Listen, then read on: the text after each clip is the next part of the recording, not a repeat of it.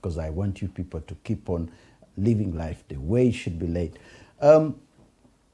What have I got in today's program? Quite a lot, and I want you to pay very, very good attention, because the gentleman who is in today's program is one of the most, I should say, respectable person in our community, but at the same time, one person who is very highly informed as far as not just the Africans, but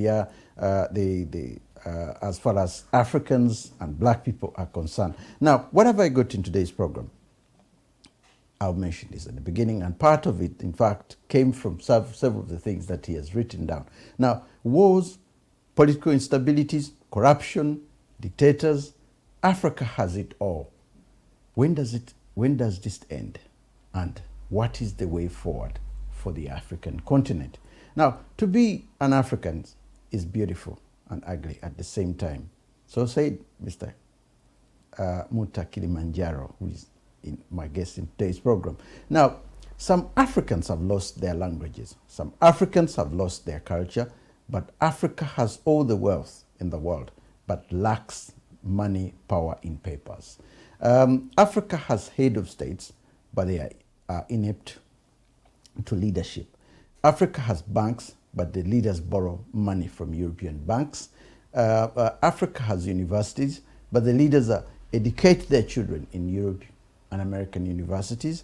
Africa has hospitals, but its leaders get their medical treatment in Europe and the United States. Africa has laws, but leaders are above the law. To cut the long story short, to be an African is an everyday struggle. That introduction is obviously by the gentleman in front of me, and I'm going to introduce him. Mr. Muta Kilimanjaro holds a BA in honors in politics and social society, MSc Global Politics, University of London. He's a writer, proofreader, broadcaster, and a political activist. And I would like to say welcome to the program. Thank you very much. Yeah. Before we start the program, let's have a short break. £10. Terms and conditions apply.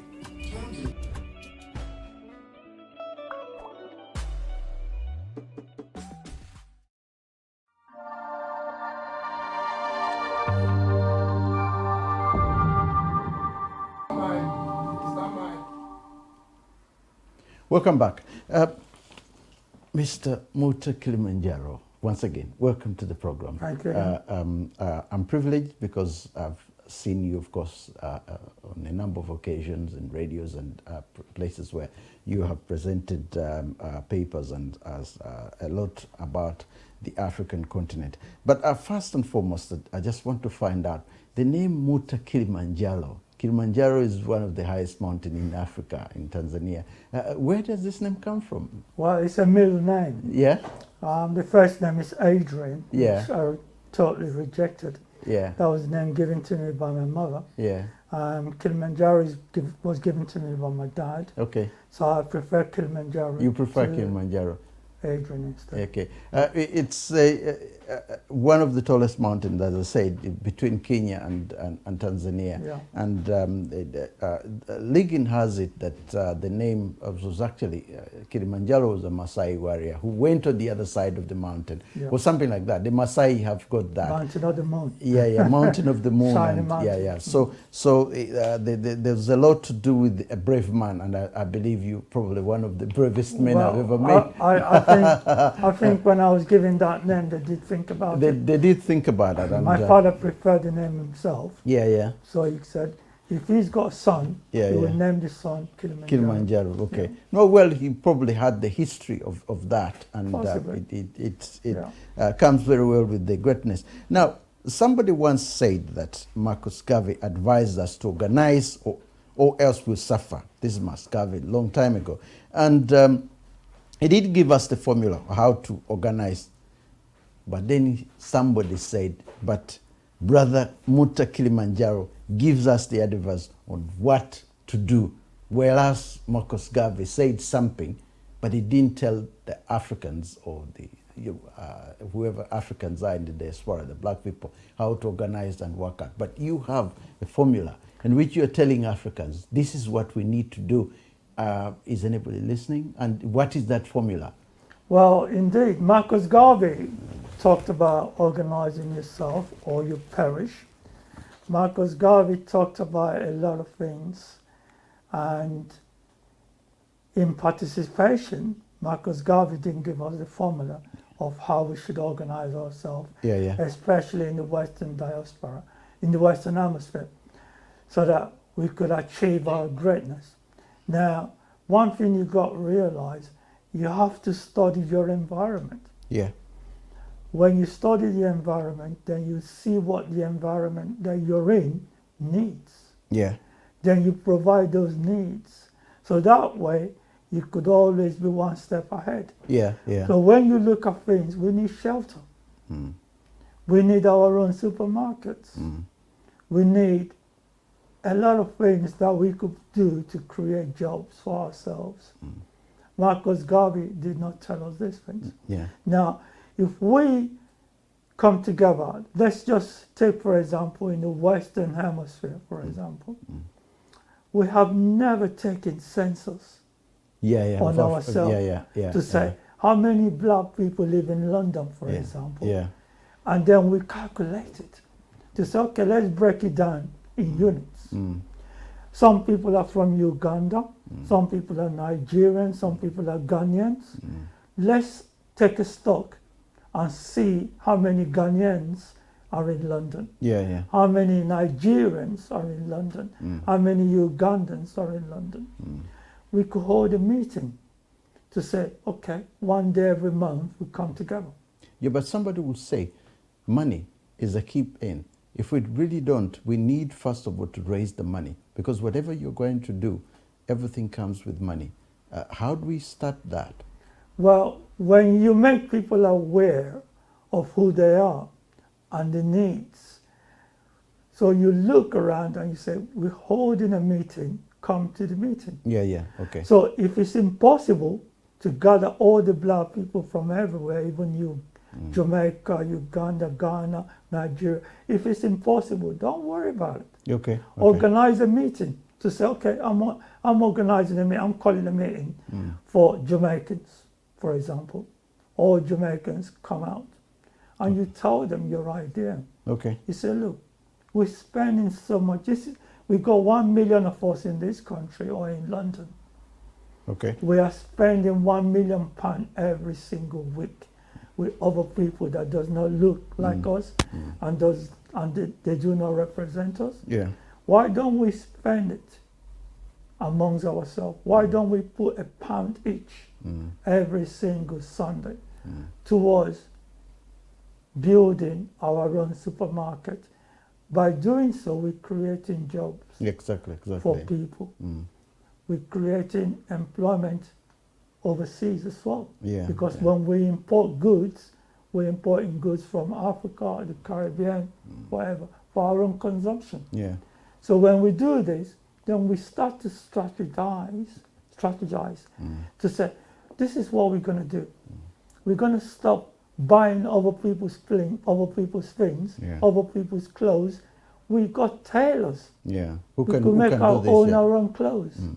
We got people that could sell meat, and we got butchers, we got this. I said, don't worry, everything has to be organized. The only reason why black people are in this state is because everything they need is provided for them from people. There's a lot of a comfort zone. It's a comfort zone. Now, in one of your articles, you said you advise Africans to talk less, listen more, and read more, and share knowledge as something that has helped you a lot in your career. Now, how did should this come about? Because somebody would tell you that the biggest problem, as it has always been, even within the Africa, when we're discussing wealth and we're discussing other issues revolving the continent, money will always come in. If I read, how am I going to earn a living? If I listen, what am I going to achieve with that? The whole knowledge structure, as you have put it down in several of your articles, is to do with knowledge is power. Yeah. But that's something that How do we achieve that? How do you get out there and tell the people about this? Well, the people have to realize that they can't go through life in a lackadaisical way. When you live life in a lackadaisical way, you're like a child. You're not organized. So, in order to be organized, you have to bear in mind that these are fundamentals and essentials of what makes a society great. Yeah. You provide peace and security, and then people become aware of that. So simple disturbances, people don't want that in their life. They want peace. Yeah. And peace in an organized society provides wealth. It provides knowledge. Yeah.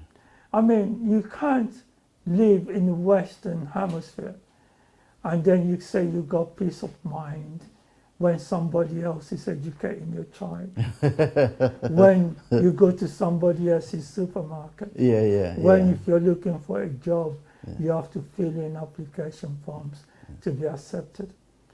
You know, the belittling of self means you don't know yourself. Exactly. Yeah. That's what it is. Yeah. So you can't live life like that. One other thing that has disturbed, maybe disturbed me and disturbed other people is when you talk about capitalism, because I'm looking at now some of the things that you've written and we are learning from them. And the issue when you talked about capitalism and Africa, and then you said in every capitalist society there is a Hitler, but not in Africa. Capitalism societies is incapable of establishing a concept of rights of all humans, and it's incapable of establishing a system of individual ethics. How does this affect African capitalism, if we can call it that? Because the key thing is that it's like you're saying, okay, we have brutal dictators in Africa, we have this in Africa, but at the same time, in order to achieve the aims of success, these things have to occur for us to reach where we are going. Is that what you had in mind? Capitalism, believe it or not, is essential. It is essential. It's very, very essential, and we need it in Africa for growth. But the reason why in every capitalist society there is a Hitler is because Hitler understands the concept of survival. Okay. And we need to know that we too must survive. We can't allow other people to survive off us. All right. Out of us. Yeah. And then we are completely in ineptitude. Yeah. Looking up to them for our survival. Yeah. Begging them for everything. Yeah. Those days should be numbered by now. We were once great, but I understand technology and the ineptitude of technology that has held us down. Yeah. Colonialism has held us down. Yeah. Enslavement has arrested our development. Imperialism has also arrested our development. But the real concept of what has arrested our today's development is our disorganization and also our ineptitude towards technology. Ineptitude means lacking the skills of modern technology. How about when we push this to our leaders? Like in my introduction, I mentioned it, that, okay, they educate their children here, they do everything different, they take the money out, and at one point actually you pointed that when a queen travels to Africa or anywhere he goes, she doesn't take the money, but the Africans are taking the money out of Africa. Yeah. So we have the blame kind of structure where we're blaming our leaders. I mean, if I look at across Africa, I'll probably say almost all of them have bank accounts here, they take the money out there, the corruption. If I can mention Nigeria, if I mention any other country, trust me. So the leadership structure is something that I think very amazing that those who are studying Africa at the moment or doing politics, that, you know, people that would learn this from you. What is the way forward as far as that is concerned? Well, the way forward is to actually look at a model and say, if the Queen is going to Africa, for example, has she got a house in Africa? No. where is she going to stay? She got an embassy in Yeah. Africa, Yeah. or in a country in Africa that's going to provide Yeah. accommodation. Yeah. She did not buy a house in Africa. But African leaders I've got tend houses to here. buy houses in Europe. Mm. They have bank accounts in Europe. Yeah. When the Queen travels to Africa, the only thing the Queen travels with, believe it or not, amongst her entourage, Yeah. is a toilet seat. The Queen never ever sits in somebody else's toilet seat.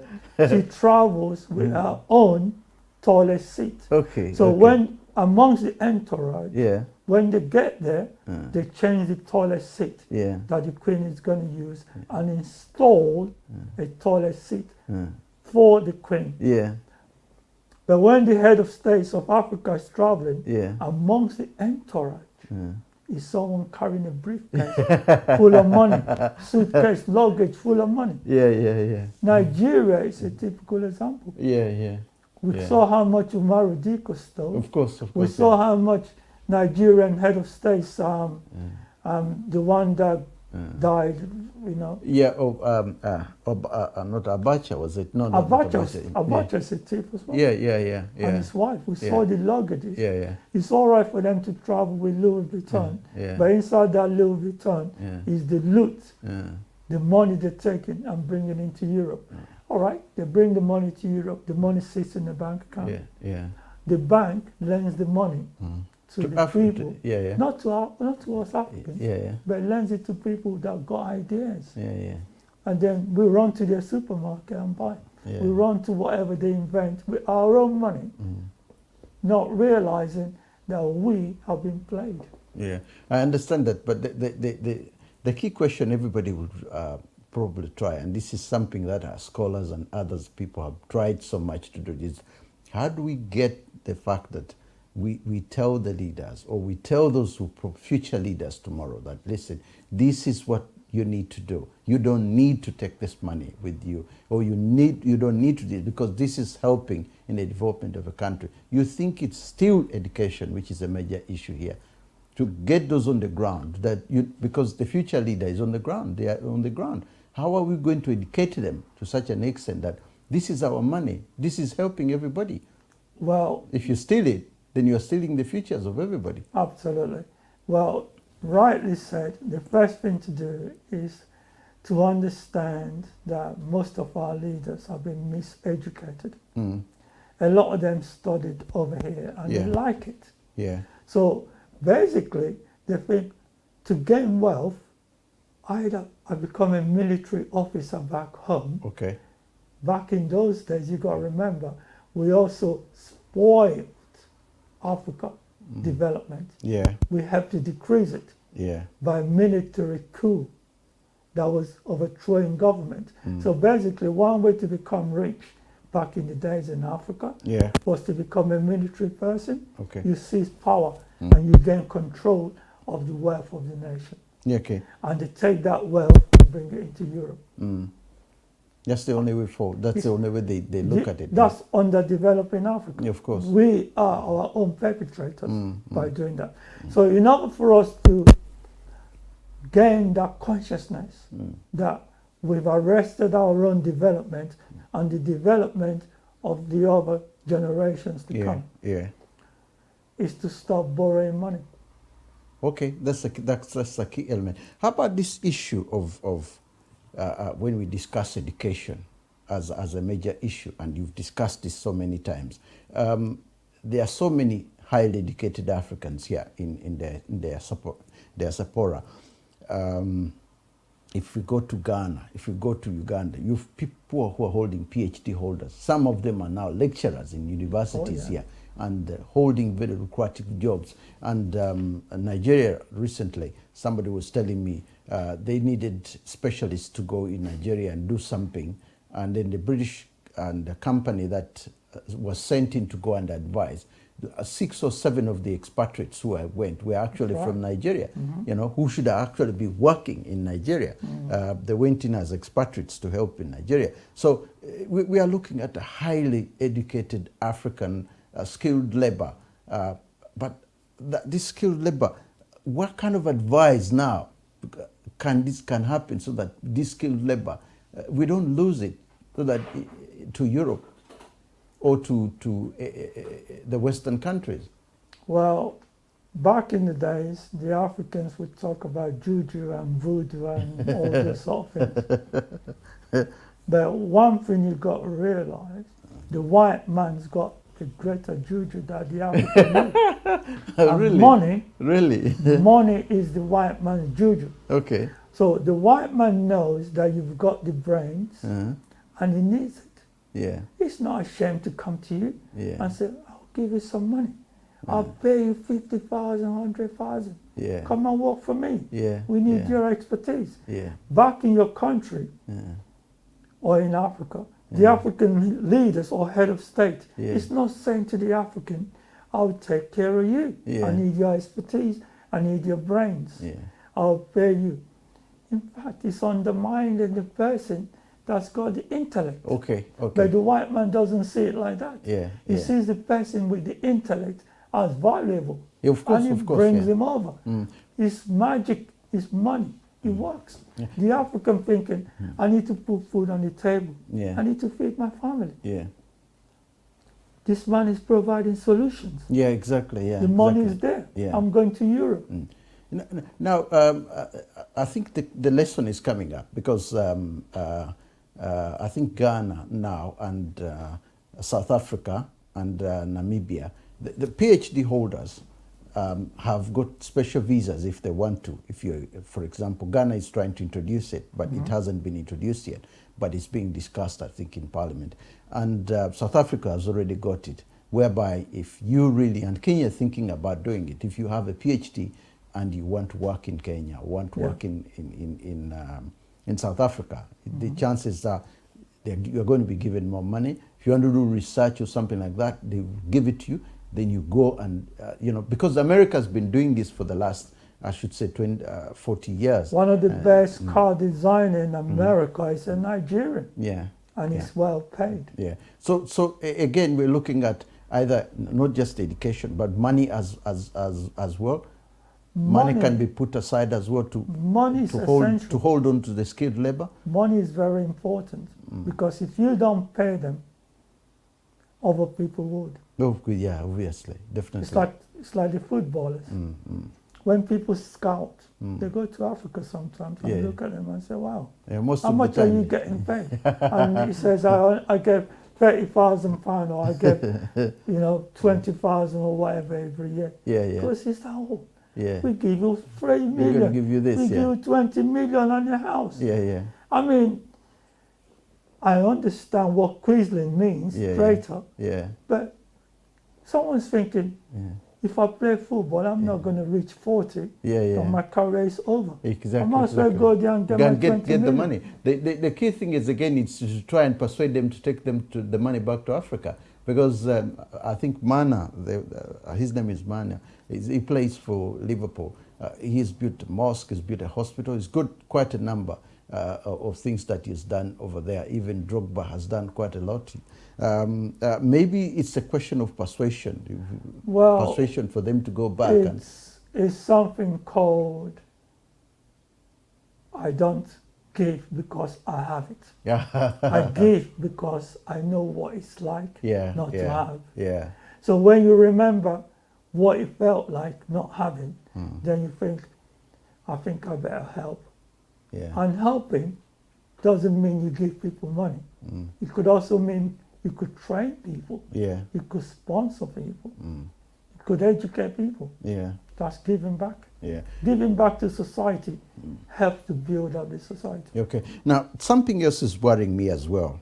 Political analysts have commented about the Chinese being the new colonial masters now in Africa, and their leader, the Chinese leader, and several of these have refuted reports in the press regarding China mining Africa's wealth and getting all the, and they are saying, no, we are actually in Africa to help the Africa.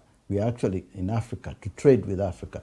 We are in Africa to make sure that we create jobs in Africa and so on. He has dismissed most of this information about Chinese presence in Africa. But the genuine worry is here in the West, where they're saying, oh, better watch the Chinese. But they're dealing with the Chinese, but they're asking us to watch the Chinese. Now, as a scholar, you're looking at this information and you're looking at what is really going on. How can Africa tackle this issue so that we don't have a new colonial monster, so that we have somebody who we are dealing with directly as in terms of equals? Is there something we should watch out for?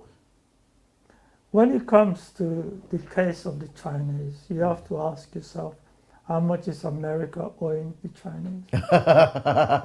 I didn't spotted that. Well, you have to ask yourself, how much is the rest of the it's world? It's almost $1 trillion, yeah. It's a lot of money. Yeah. So then you realize there's a paradigm shift to say the Chinese, which are called the dragons, are in control of certain things. Yeah. If the Chinese call for their money tomorrow, America is can bankrupt. collapse. America's collapsed.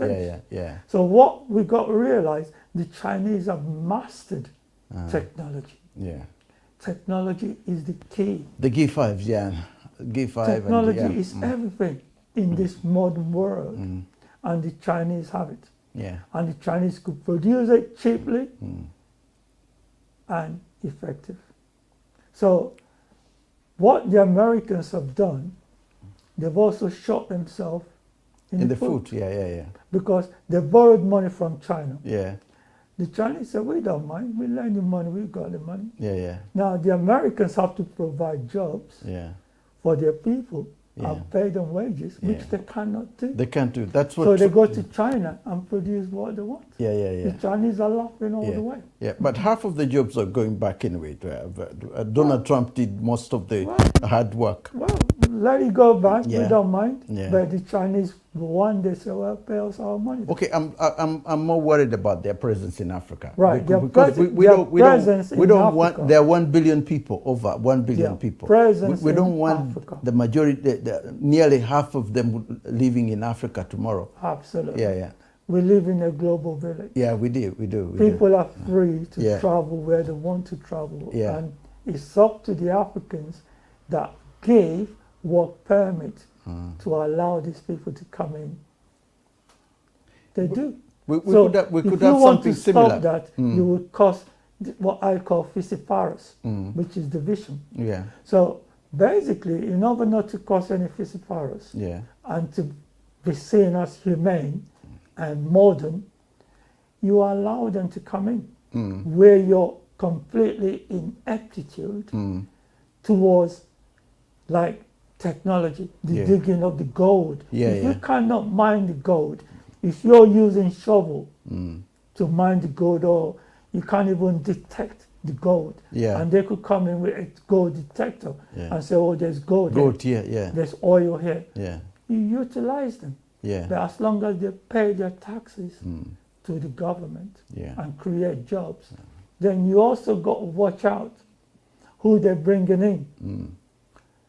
How many people are they bringing in to work? And why can't we train the Africans to do that job? Yeah.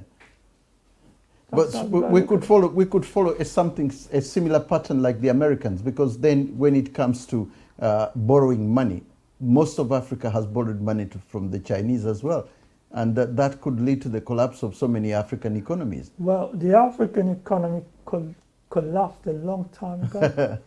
It collapsed when the so-called independence of Africa happened. Yeah. The Africans were left with nothing. They didn't know how to run the country after colonization. Yeah. So what the IMF did was to play a trick on them.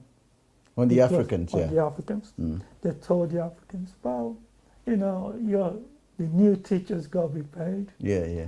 These got to be paid. The hospital people got to be paid. You got no money.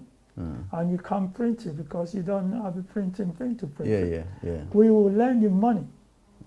We don't mind. We will lend you money. So the Africans not realizing that the money comes with interest. They have to pay back with interest. Yeah. Take Ghana, for example. Kwame Nkrumah borrowed money to build the dam. Yeah.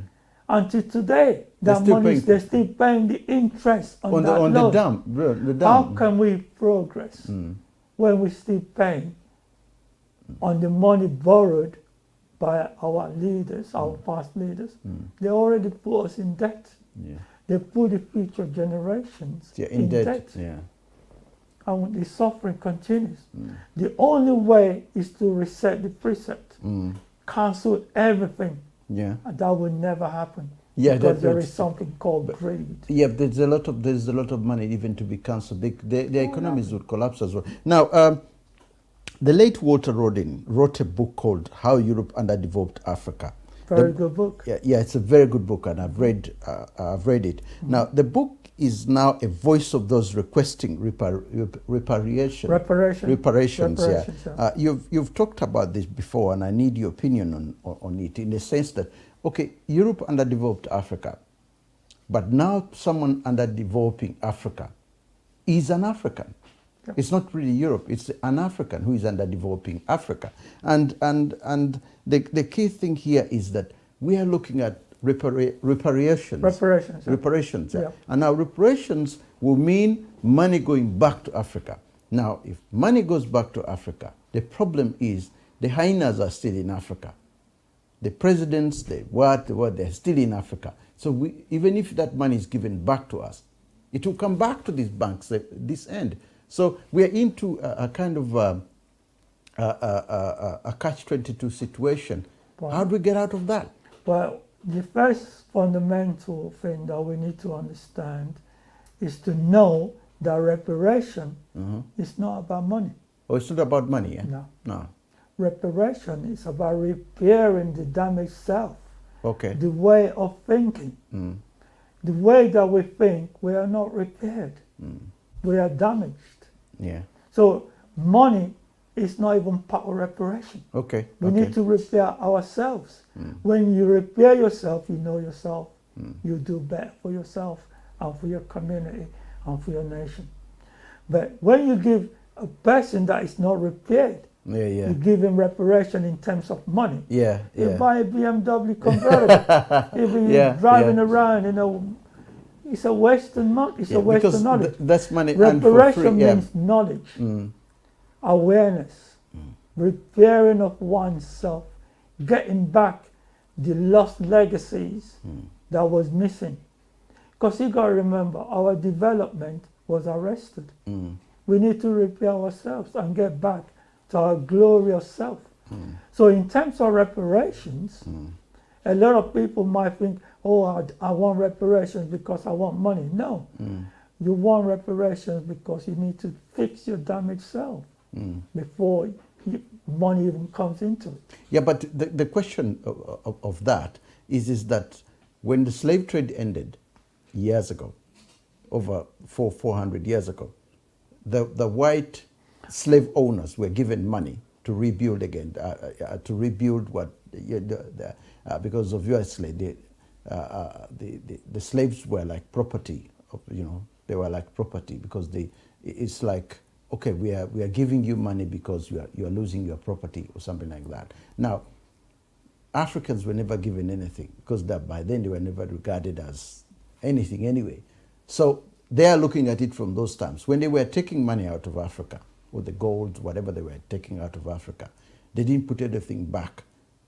Now, the question is, if they gave the white farmers, like in Zimbabwe even, the white farmers were given money when they lost their farms, but the black farmers were never given anything. Now, they are trying to say, over the years, Europe developed because of Africa. And this is what Rodin King was saying. Why not compensate Africa in terms of, as you're saying, repairing the damage? Yeah, but at the end of the day, money is seen as one of those things. So can we get value for money in terms over the years that these things happened? Well, the enslavement of Africa wasn't just 400 years ago. Yeah. The enslavement of Africans happened so many years ago. Yeah. With the Arabs, with the Europeans, all of these things underdeveloped Africa. Yeah. So when enslavement of Africans, so-called enslavement, ended, Yeah. and the enslaved people were given nothing, then you have to ask, why were they not given anything? Because there was a statute, there was a law that allowed the enslavement of human beings At the time, yeah. at the time. Yeah. So when it ended, it was for the Europeans to fix things, to repair themselves, to say, we are very sorry for what has happened to the Africans. We're going to repair it. And it's up to the Africans to also galvanize themselves and say, this is what we're going to do. Yeah, yeah, yeah. We're going to demand reparations. The Africans left it late to demand reparations. They left it late. After the end of enslavement, Yeah. the Africans should have been demanding for reparations. Yeah, but the time when you look at the Africans, why I think it wasn't demanded then is because the Africans were not educated enough. There were not enough educated Africans to demand that. Secondly, is that, as you were saying about the law, we at the moment are different Africans from those. But we are thinking that the damage that was done then, we can try and repair it now because they're eating from the profits of what they did to us over these years. The Europeans are still eating from on the development of Africa till today. Yeah, yeah. They're taking out diamonds, gold, copper, oil. The Africans allowed it. Remember, where there is a buyer, there is a seller. There's always a seller, yeah. So when you give people license to come to your country and say, or you give them license to refine your oil for you, Yeah. you're already putting yourself in debt because the European is not stupid.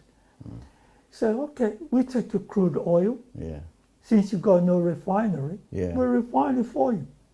But you give it back to you at 4 times the value. Yeah, the value, yeah. You're losing out. Yeah. You're putting yourself in debt. They take your gold, they melt it, smelt it, Yeah. and sell it back to you. Yeah. They take your sugar cane, turn it into sugar, Yeah. sell it back to you. Yeah. They say, okay, this African's got brain, we can utilize it. Yeah. They train you the way they want you to behave and put you in their institution and use it. Yeah. The African labor was the one that built the Americas and Europe. Till today, still building it and maintaining it. Yeah. The white man's greed will not allow him to give up because he doesn't know what suffering is like. Yeah. He's been there only once Yeah. when he had nothing and he was starving. No, tell a lie. He's been there twice Okay. during the European War and when he lived in the cage. Yeah. When he lived in the cave and he was looking for food, he was striving for survival. Yeah. And he realized Africa's got everything that he needs. That he needs, yeah. Now, I just want to, before we go on, to acknowledge a number of people who are watching us. Of course, the first one is Danswa, which is, she says she's watching us, which is quite good. William Kata, who is a friend, he's watching, and he says something here. How much have you done and wish to do, widen the scope of this reach in strategizing, building this concept? How can I put part of order to involve the markets in this wonderful idea? I hope it won't be just an idea. What risks management tools are in place to avoid distractions? Distractions of even looking, what it means. Well, that's Masembe Nkata. Then listen to Elder Kilimanjaro. That's Gina Hoffman. I think you know the person. Thank you very much all that who are contributing to this debate. Now, the issue of what you said at one point, when a perfect lie has been told, the truth can become impossible. When you become knowledgeable, it is for you. This is this is a comment that you made in one of your articles. Make the impossible possible. Have you got any personal experience on this issue? Because if a perfect lie, as you're saying, it's a perfect lie, it's a lie, like what they do with the judicial system, the current trade arrangements with the world trade, the way the G7s behave, and the way they look at the poor economies of the not just Africa but around the world. It's like a different club. Now, as you are saying, the white lie is there, and because the white lie is there, is there a way in which you can say, okay, now people like you know what a lie is?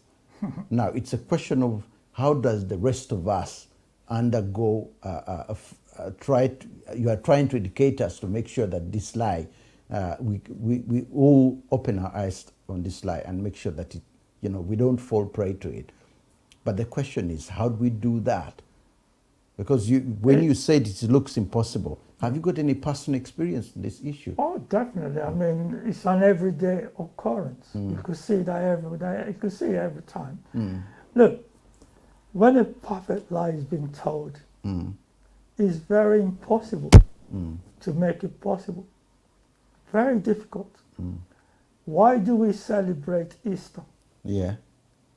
Why do we call ourselves, I might say, hi Steve, all right, how are you? What are you? Without telling me who you are, you say, I'm a Muslim or I'm a Christian. That's not you. When people get angry, why do they get angry? You're getting angry over the behavior of somebody else. Why are you getting angry over the behavior of somebody? Somebody done something to make you angry.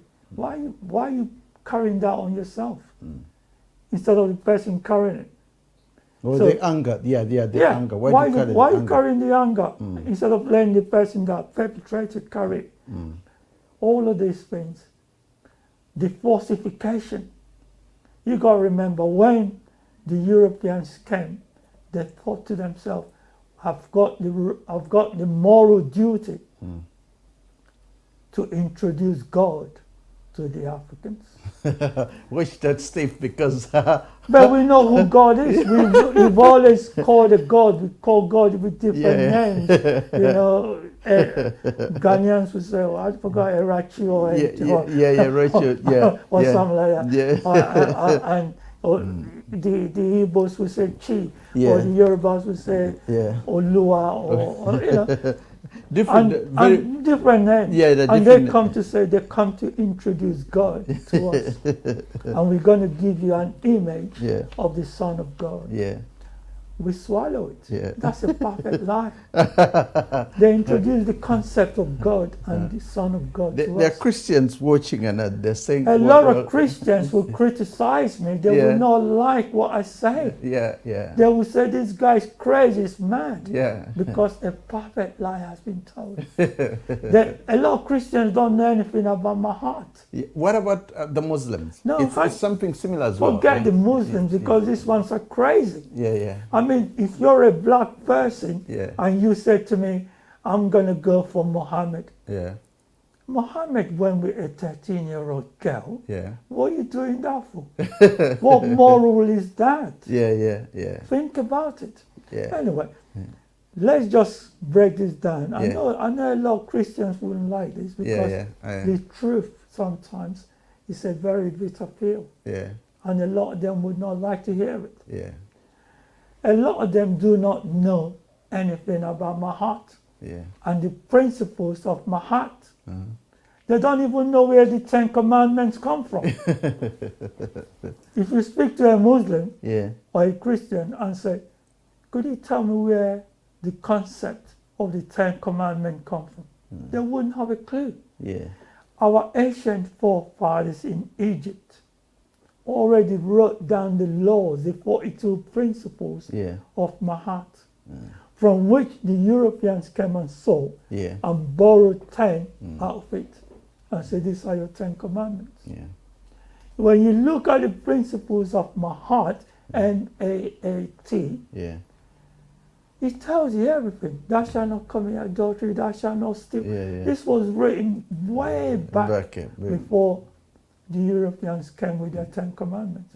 A perfect lie has been told. Listen, it's I have to let you know that Muta Kilimanjaro studied society, and society is one area which you have a very good command, in a sense that when we understand, in order for us to understand ourselves, we need to understand what the societies we're in is all about. We're seeing wars now, obviously, in Afghanistan, and the people running away. We are seeing everything, which is, we are seeing the changes that are happening, the ethnicity that is affecting most of us. And these are things that you commented on, which again comes back to the fact that it comes back to education and what we learn. It's like what you just said about a perfect lie.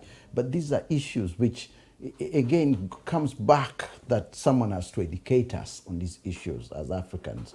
Because without proper education, that is where the problem is. And how do we get people like you, for example, to travel to the continent, do, say, for example, clinics, and telling people that, listen, this is what this is. What you're seeing in front of you is a screen, but at the back of the screen, there's something else.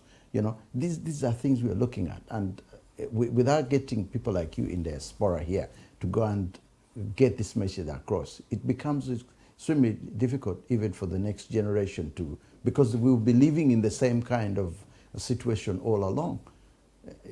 You're 100% right. Yeah.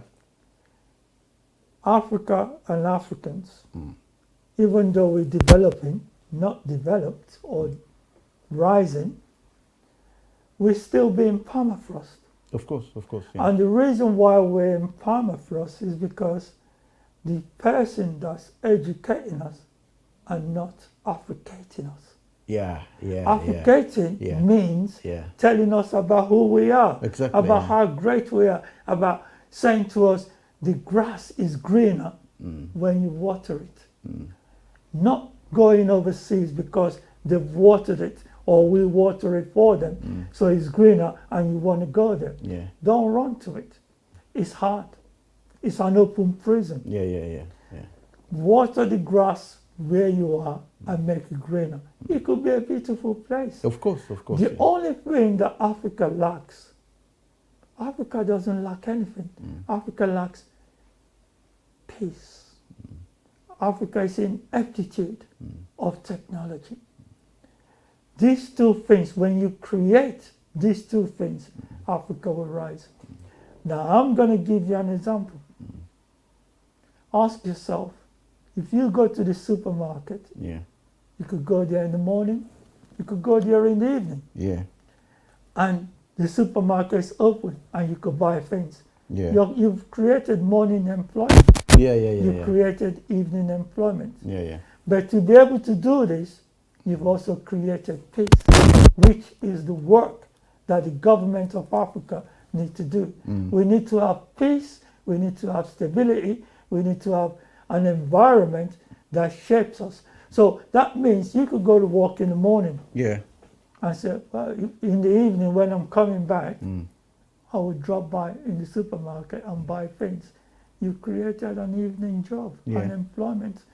Africans travel all the way from Africa into Europe to work evening shift in the supermarket, when we could create it back in Africa if our government provided peace, stability for us.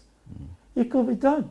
Yeah. So when you go, people kidnapping people in Africa, you got people robbing people, you go, it just doesn't create a safe environment. A very peaceful environment that will create a job. Africans have to think, why am I coming to Europe to do night shift? Night shift can be created in Africa. Supermarkets 24/7. It still goes back to the leaders. If they create peace, it still goes back to the leaders. If you do not create peace, a peaceful environment, you haven't created anything. A true warrior, a person that calls himself a warrior, is not a fighter. He's not a destructor. He doesn't live for chaos. A true warrior goes out there and fight for peace Yeah. and justice. That's what a warrior is. Now, I've got a question here from William Carter, who says, Kilimanjaro is mentioning your name. In your views, why do liars mostly win? Most dictators thrive on lies, from Hitler, colonialists, jihadists. Please help us to understand this as a person who has studied society. When you give a child a sweet, Yeah, if you say to a child, come here, and the child doesn't come, yeah, yeah. and you go into your pocket and you And pull out the sweets, sweet, yeah, and you have got like, the child will come for that sweet. yeah, Africans have to realize that action speaks louder than words. yeah, yeah, So when the politicians come with all the talk and everything, ask them questions. yeah. Where are you going to get the money from? Who are you Yeah. going to task? Yeah, yeah, Are you yeah. going to borrow money from the IMF Yeah, to build all these good roads you're talking about? yeah, How are you going to put us in debt? yeah, I mean, what's happening to our health service? yeah, Unemployment benefit for the people that are unemployed? What are you going to do to senior citizens? How are we going to look after them? I mean, the hardship in Africa, yeah, we have to look at it because it underdevelops Africa. We can't have leaders yeah, that only care about their own pockets. yeah, yeah. You know, we can't have plutocracy in Africa anymore. Those days are over. Okay, okay. We should arrest them. Find a way to arrest people that use their wealth for power. I said, where did you get that money from? Yeah, but you're arresting them when they already, they control. They're in power. Listen, they're in power. They're controlling the army. But how many people? Look, They're controlling the army. They're controlling the police. This is one thing you need to understand. Yeah. And this is one thing a lot of the world didn't understand. Yeah, 8% of the world population, 8 or 9% of the world population are Europeans. Are Only Europeans? 8 or 9 of the whole globe Yeah, yeah. population are Europeans. How can 9% of the world population be governing, controlling everything of the world? 9%. 9% of the world enslaved us, colonized us, ruled us. How did that happen? The mindset is not right. Oh, yeah, the mindset, yeah, yeah, And there is also Fissiparus amongst us division. yeah, yeah. And the Europeans use that and wage war on us.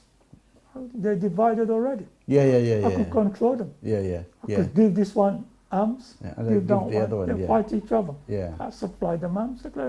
I'll go to that one and say, give me your gold, I'll give you arms. It's easily done. Now, these divisions, as as society is, with your knowledge, for example, it's a question of saying, this is what we should do, and this is how we should do it. Because like what Marcus Garvey once said, he gave the idea of what we need to do, and now we're discussing an idea of where things went wrong. But how can we correct that? Because that has been the biggest problem in Africa, to correct what has gone wrong. It's easier said than done, and it's easier putting that thing forward. But the practical side has to begin with, has to begin somewhere. Because as you are saying, it's in the mind, it's a mindset. And the mind is the most difficult area of which you can actually give anybody. He could be highly educated, could be a doctor, could be an engineer, but to get his mindset away to do something, it's the most difficult thing to do. Absolutely. Yeah. So if it's not a team, if it's not what, how can it be achieved? This is where reparation comes into it. Okay. The repair of thyself. Marcus Garvey wasn't all that knowledgeable, and Marcus Garvey didn't come up with the idea of reparations or know thyself. Yeah, Other yeah. people before Marcus Garvey been saying it. Yeah, Carter yeah. G. Woodson and William Edward Blyden. Yeah, they both Blyden, said yeah, it before yeah, him. Yeah, yeah, But Marcus Garvey had the gift of the gab. yeah, yeah. But he did not have the example and proper organizing skill to say this is how you got to organize. Okay. In any society, a tenant hasn't got the power that a landlord has. Yeah, of course not. Yeah. You've got to think about that Yeah. Yeah. to start with. Where are you going to live?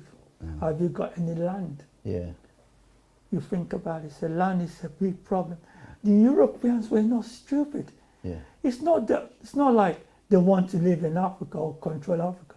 No, they want the land because the land has resources. Yeah. Yeah. Oranges. Yeah. You could go into any supermarket today. Yeah. You get It's oranges, you get bananas. Everything comes from Africa. You get matoki if you want. But it all comes from Africa. Yeah, yeah, He yeah. knows about land grab. Yeah. He knows about survival skill. Yeah. He knows if I grab that land, I could shift all this to Europe. I could get rich. Yeah. He doesn't mind giving us cake, you know. Yeah. Yeah. We Yeah. could feed ourselves on cake and get diabetes and die. He doesn't care. But as long as he gets our land, Yeah. our mango, our banana, these are things that he doesn't grow Yeah. in his country. Yeah. But he could import it. And he could get rich. He knows this. Yeah. But we don't know that the European is depending on us Yeah. Of course. for we his don't- survival. Yeah. We don't know. We want his money. Yeah.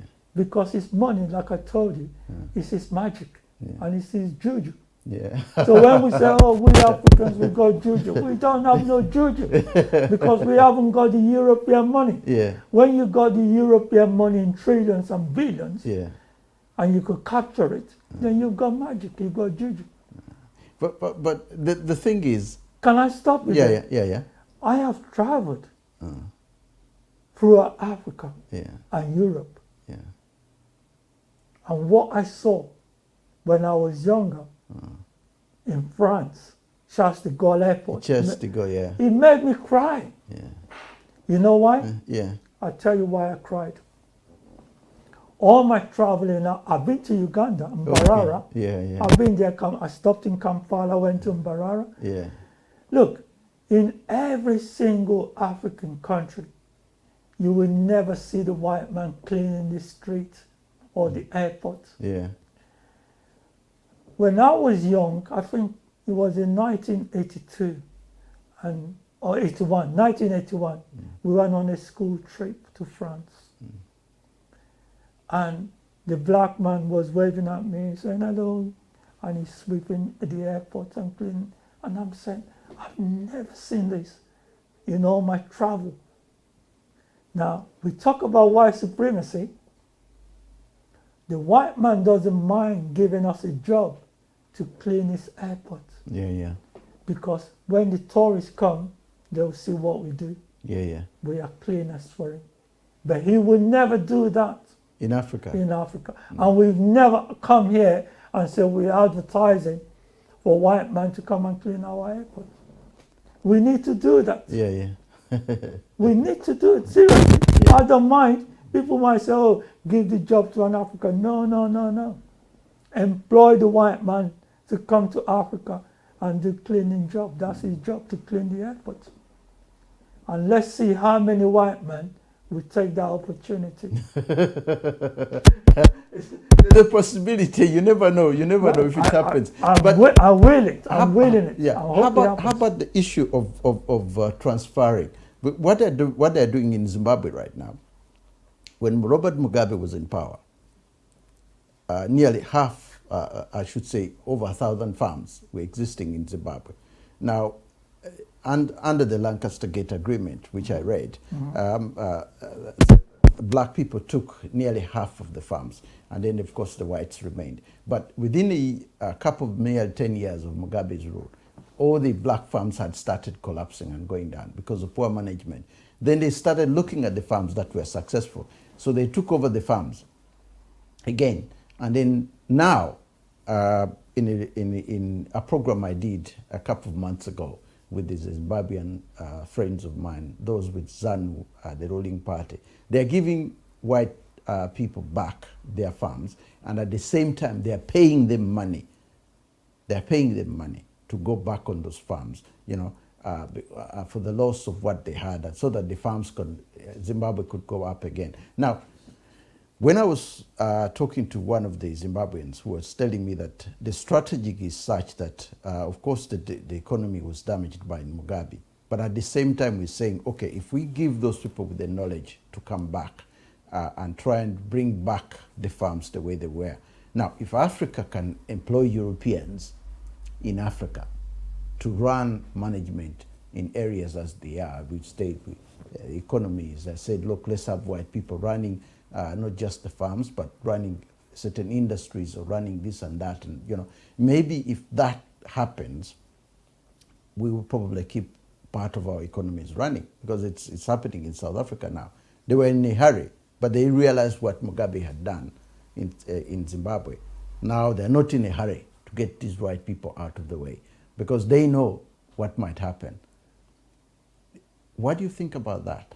Well, to start with, we live in a global village. We do.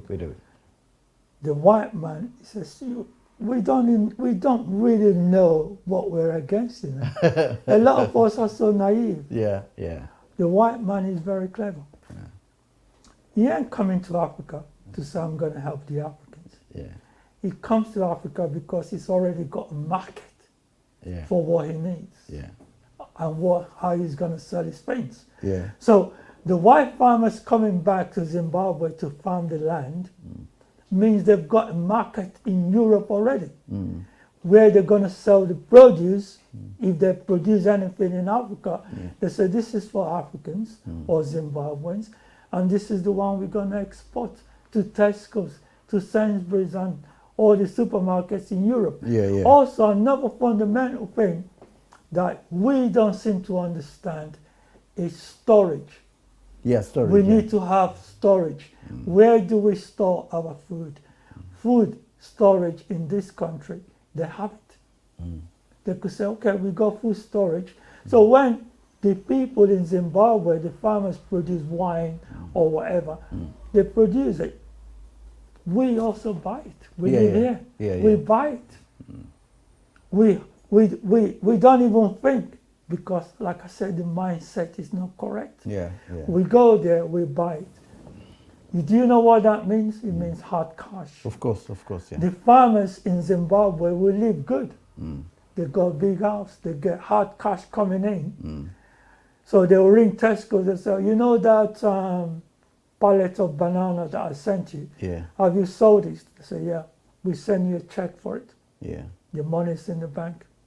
How much did you pay? Oh, 30,000. What is 30,000 pounds in Zimbabwe? We don't know. Yeah. So that could build him a nice house. Yeah. What's he coming to do here? Money is universal, it's transferable. So when he converts that, he says, my goodness me, they're eating my bananas and apple in Europe. I'm here relaxing in my swimming pool. Yeah. In London, this money couldn't even buy me nothing. Yeah. It couldn't even get me a garage. Yeah. But here I am, I'm living large. Yeah. But we bring that to ourselves. We make other people a king over us without even knowing it. When we go into supermarkets and we spend our hard-earned money with the ones that don't like us and don't look like us, but they like our money, we're empowering them. How about these organizations? Say, for example, ECOWAS, the West African organization that is uniting the entire West Africa. Then we have the Eastern Central Africa Community. These organizations are becoming economical organizations. Could this be a way forward as well? Because once you have these organizations working as a team, maybe the structure of Africa will change. Well, to start with, power drunk is not a good thing. Yeah. A lot of the people working for ECOWAS, even the AU, a lot of them are power drunk. They don't see the benefit of how the structure should be. Yeah. But they see their salary and their wages and the car that comes with it. They don't see any other thing. I mean, they invited an African head of state to a conference in London. Yeah, yeah. Amongst the entourage, I forgot what country that Oh, yeah, yeah, Malawi, I think so. Malawi. It was Malawi. I yeah. nearly named my daughter Malawi. Yeah. Amongst the entourage, Was- the wife, It was his wife, yeah, yeah. the children. Yeah, yeah. I mean, what kind of mentality? Yeah, is that? but We don't mind, but where is that man that is there to take notes, organize things? The man that is the great thinker that will say, yeah, I like that deal. I don't like this deal. yeah, Advice. Where's your advisor? yeah.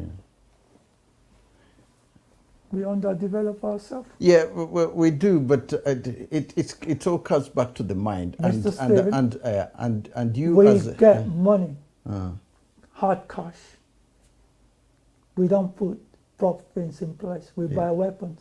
The Europeans don't mind selling us weapons yeah, because he knows we're not going to fight him. yeah. We can't do it. We're going to fight someone else. We're Yeah, going to fight amongst ourselves. Yeah, He yeah. doesn't mind. yeah, If he knows that if he sells us a missile weapon, yeah. that we're going to use it on him, he won't sell it to us. Uh, He sells it, say, oh yeah, yeah, have that, yeah, that's on this and that, you can have it. yeah, Yeah, go and kill you. That's Kenya, you could destroy Kenya. That missile will wipe them out. yeah, He doesn't mind that. When I was studying politics, my professor said to me, war is good. I couldn't believe what I was hearing. War is good. Yeah. I said, is this man mad? And he says, my professor, is he crazy? And he's telling me war is good. yeah, And I challenged him. And I said, Professor, but how can you tell me that war, violence and chaos is good? So it's good when you want to establish something, you create chaos. Out of chaos will come what you want in place. I couldn't believe what I was hearing. I have to write this down because Yeah. if I didn't write it down, yeah, I won't pass my degree. yeah. War is good because it creates chaos. So they approve of chaos. But war is good outside, not amongst them. When the Berlin Conference in 1884 and 1885 happened, Yeah, the Berlin Conference did not happen because it happened to say, we bring in an African to take a seat on the table while we discuss the Berlin Conference. yeah, No, the Berlin Conference was a plan to say, look, I'm going to cover Africa. When I take a place, don't come there and disturb me. yeah, yeah, It's my place. yeah, They agreed. Africans didn't even know what was happening to them. yeah, The Berlin Conference happened, and the carve-up and the scramble for Africa took place. yeah, Imperialism automatically happened. yeah, The Africans woke up one day and found out that they are now landless. The land doesn't belong to them yeah, anymore. yeah, The man is there with his rifle. yeah, yeah, Tell you need to move out. yeah, yeah, Tell you need to go and farm the land. yeah, yeah. Take the thing to the boat. He brings it to Europe. But before that conference happened, they had the missionary society. The missionary society, like I told you, was to sell us the concept of God and morality, and then tell us that God loves us and Jesus loves us. So we now go into the concept of political ostrich. Our head is in the Quran Yeah. and the Bible. Yeah. We've lost everything that we know about technology, about building, about manufacturing, about governing. We now rely to say, I'll leave it to God to take control. Yeah. God is in charge. Yeah. The European is not saying that. He's saying, I'm in charge. I'm going to get you off your land. I'm going to get you to farm the land. Yeah, yeah. I'm going to get you to put the things in my whatever cage or whatever they call it, and take it to the ocean. There's a boat waiting. Waiting to take a ship, waiting to bring them to The Europe. cargo. Yeah, yeah, Bring it to Europe. yeah, yeah, We say, oh, God is in control. yeah. What God is in control? The man told you in his book Acknowledge. He made it clear to you, you know, Yeah. when he said, heaven help those who help themselves. Yeah, exactly. The man Yeah. told it in truth. It's for you to understand what the man is saying. Yeah, it's one of those things that are difficult to, even God helps those who help themselves. Heaven help Yeah, those who help yeah, themselves. The yeah. man told you that, listen, you're on your own, you know. I'm helping myself. Yeah, I'm yeah. taking from you, I'm stealing from you. You're on your own, help yourself. And you're there thinking, oh, you know, that he's yeah. going to deliver me. Yeah. That's not going to happen. Waiting for manna from heaven. It's not going to happen. Yeah, it's not going to happen. It is. This is wonderful knowledge, and I'm privileged to learn a lot from you, and of course to see your articles and the readings and things that you're doing. But expanding this to a wider African audience, of course, I know this is one of the mediums which is good that we're learning about it. But at the same time, I feel it should go beyond where it is now, because you have that knowledge. Yeah. And it would be selfish for you not to spread that knowledge around, so that at least if we have more than 200 Africans, for example, who are aware of this and who can act upon it, because if it's not spread by your own words, if you don't have the knowledge, it's impossible to make the possible possible. It's not impossible to make the impossible possible, because it comes with the knowledge. Is there a way you could expand this beyond the shores of United Kingdom, and then you go to other parts of Africa, for example? Like now, we are accepting what Walter Rodden wrote years ago, and we are saying, hey, this is what happened. We should have done something about it. Is there a book coming? Is there something that can spread this from you? A book is good, and you know, I've written so many articles for newspapers, for televisions. Yeah.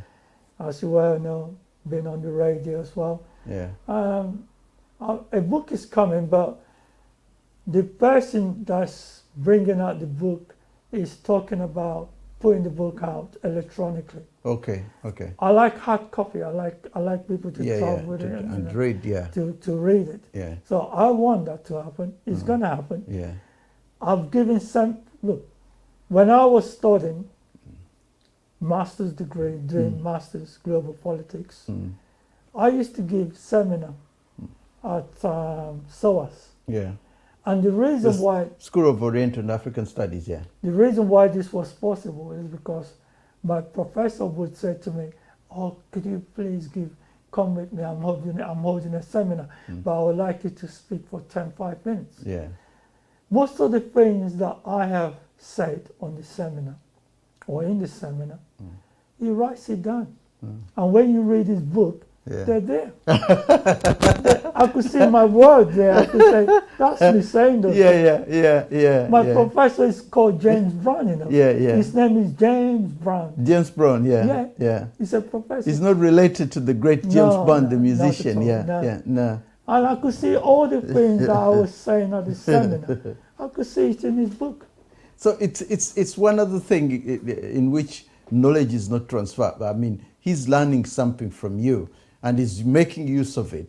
And then maybe the other Africans in the whole and other, we're not actually learning anything or not transferring the knowledge.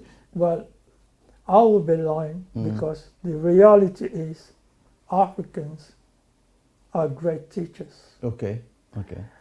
And to be a great teacher means you have to teach somebody to be better than you, yourself as a teacher. Yeah. The Africans educated the Europeans, taught them a lot of things.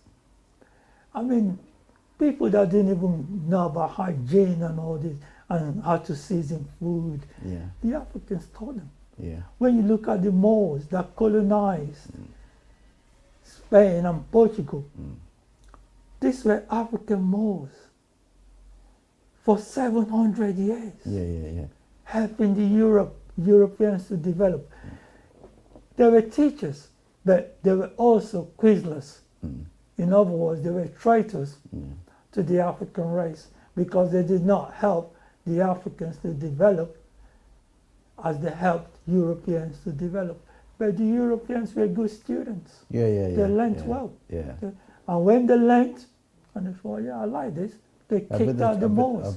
They They kicked them out. Said go back to Zimbabwe, Zambia, Zanzibar, wherever. Kick them all out. Yeah. That shows underdevelopment. It's. Should we invest more in knowledge that is, say, for example, knowledge that more about the previous African history? Should we invest more in what should we, when it comes to education, what can we invest in, which should, in fact, broaden our minds on things? Because if you look at where China has been over the years, China has gone practical in whatever they are doing. The engineers are practical. Everybody's practical. They are more concentrated on, I mean, you find even when you go to Oxford University and you go to Cambridge and so on, you find the courses that the Chinese students are doing are extremely, they're not doing Shakespeare's or any of these other, no, they're not. They're deeper into engineering. They're deeper into certain courses that are going to help China more. In fact, the grants are given to them towards those courses. Is there something that Africa is doing wrong? Because African education is not centered. African education is based mainly on achieving the standard of European education. All right, all right. So they're looking at European education as being superior. And that's wrong. Because the lies that the Europeans told in their books is not going to develop Africa. I understand the Chinese, and that is based on practicality. So when you look at the dichotomy of things that the Africans are doing in terms of education, you also got to look at healthcare. Okay. Because a healthy society is an educated society. No matter what you do in life, without your health, you've got nothing. You don't have no wealth. You don't have no education. So a healthy environment is crucially important in Africa. And that is one way of developing Africa. When I host seminars, I tell them, I say, you could have £1 million. You know, you could sleep with £1 million, just have it there. But what good is that if you got no health? What good is £1 million if you haven't got a healthy society, if the people around you are sick? You remember, the Europeans introduced so many diseases in Africa, when they came to Africa. So many. Unbelievable diseases.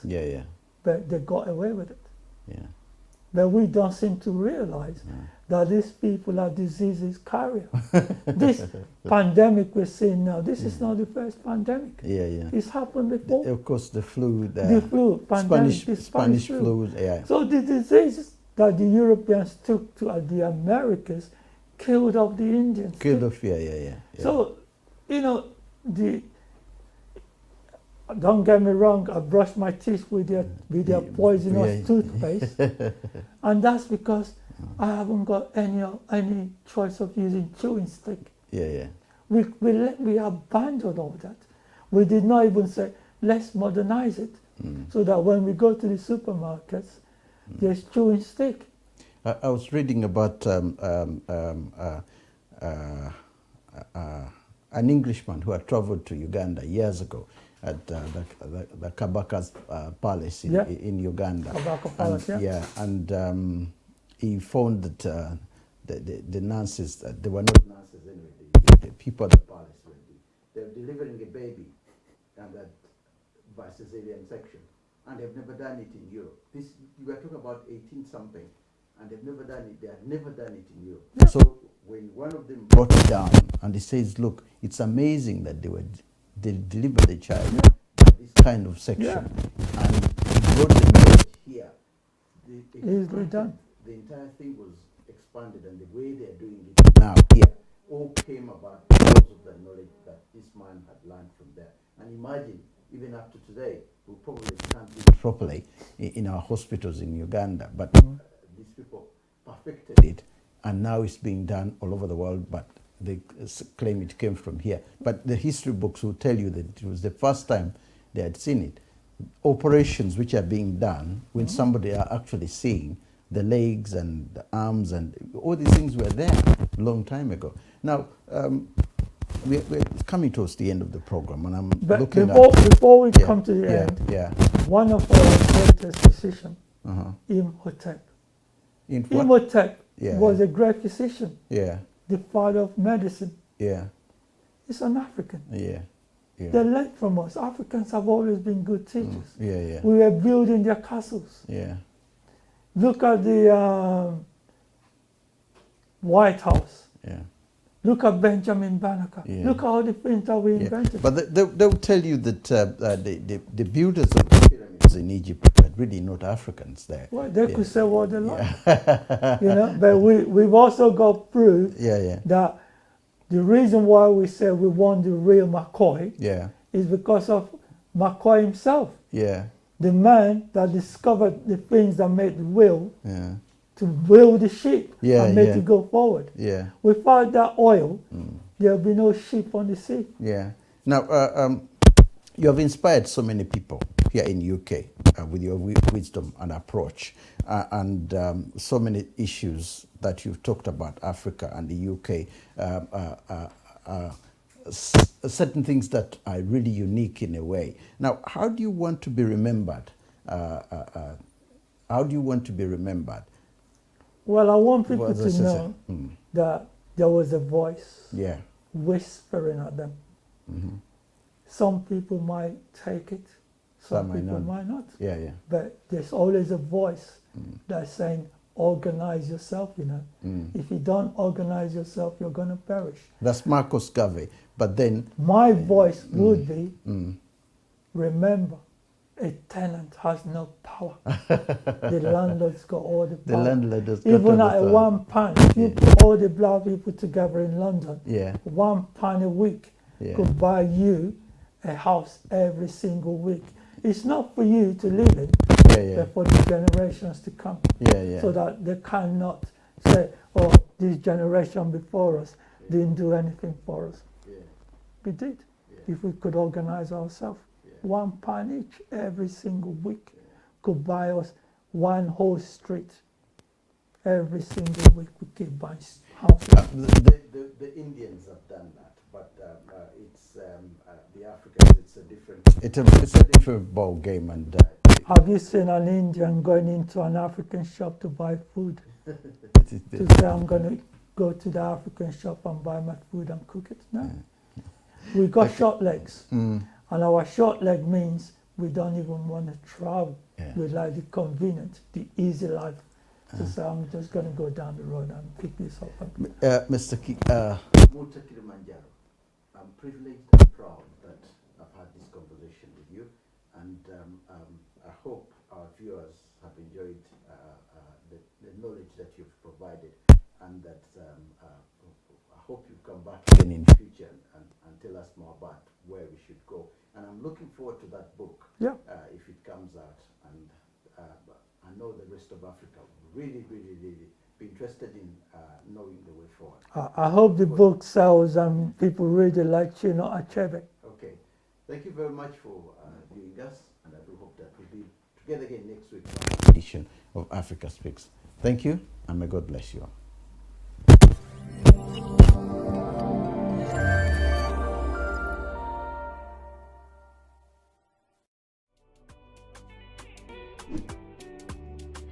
Enjoy some fabulous rewards.